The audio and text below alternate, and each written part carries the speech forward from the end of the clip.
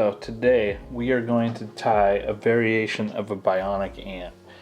And this is basically just a tribute video to Lance's pattern here. The bionic ant that you see in here. This is just as he would tie it. We're going to do a slightly different version today. And I don't know if you guys have fished ants before, but they can just be, when fish are eating them, it is just crazy how willing fish will be to come up and eat them. I've caught some of my biggest fish on ants, actually, believe it or not. Yeah, this is basically just a tribute to the bionic ant and just a slight variation that I like to tie. So in the vise I have a size 14 Fulling Mill Ultimate Dry Fly hook. Really like this hook. It's a great hook for an ant pattern because it has a pretty wide gap there. So I'm gonna start my thread on the hook just like this. Come in, trim this off. I'm gonna lay down a pretty healthy platform of thread for this body to go on. Just like this, and then I'll come back over it. And this is just to help keep the ant body from spinning as much. Okay, so I have some ant bodies.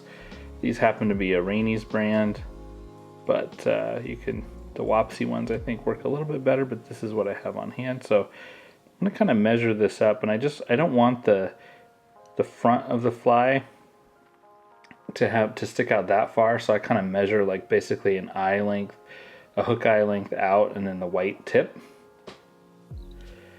And then I'll just kind of come in and lash over this with big kind of wraps, and then I'll come back and go over this a lot tighter once I have those initial wraps done.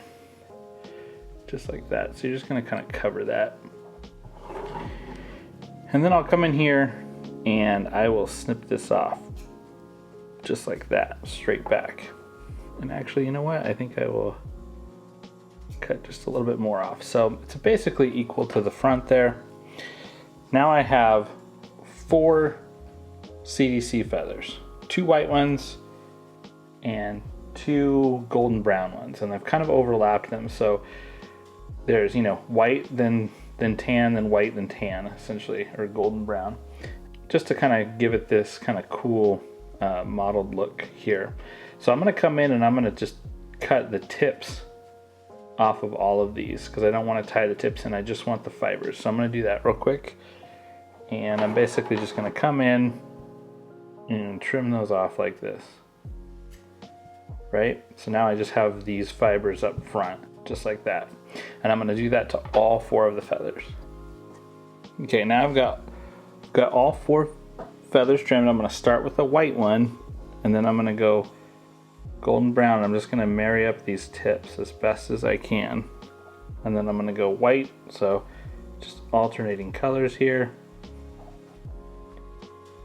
And then finish with the golden brown. So now I have all of those married up, kind of like that. I'm going to come in and just try not to tie in the stem, but just the fibers. It's a good way of getting a lot of fiber in there without a lot of bulk. So now I've got all those in there. I'm just going to come in and trim off those tips and then secure all that down. Okay, now we're going to make this Hi-Vis, and I know you're probably thinking, well, there's already a white post on there. But this fly is a variation that I basically tie for broken water or faster water, where it's a little bit harder to get your fly to float well and also to see it. So I've got some parapost material in fluorescent orange, and I'm just going to tie in a little tiny piece of that that's not that many fibers, to be honest. And I'm going to double this over, go all the way back just like this, and then come in and trim this off shorter than the wing. And then the wing, you're going to want to come in and just pinch all these fibers off so they're just a little bit longer than the body and the back, just like that. Now I'm going to take a couple wraps behind the body just to really secure that in and to kind of get it to stand up a little bit better. Now comes the fiddly part. these are daddy long legs here.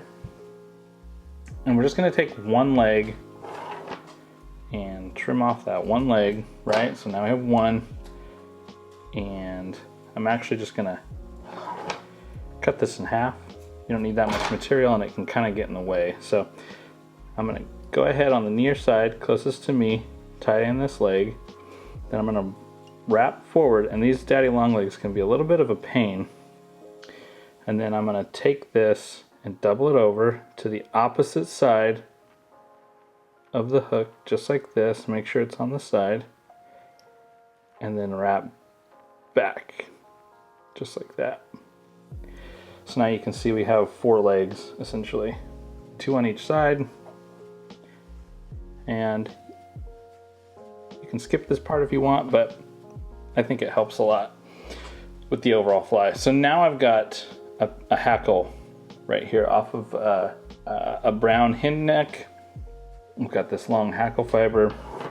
I'm just gonna trim this off, pull off these lower fibers, and I'm gonna tie in this piece of hackle up on top, just like this. And I'm just gonna make some wraps. You can kind of vary the amount of wraps you want depending on how high you want this thing to float. I'll usually put 4 in there, 4 or 5. I like it to really float.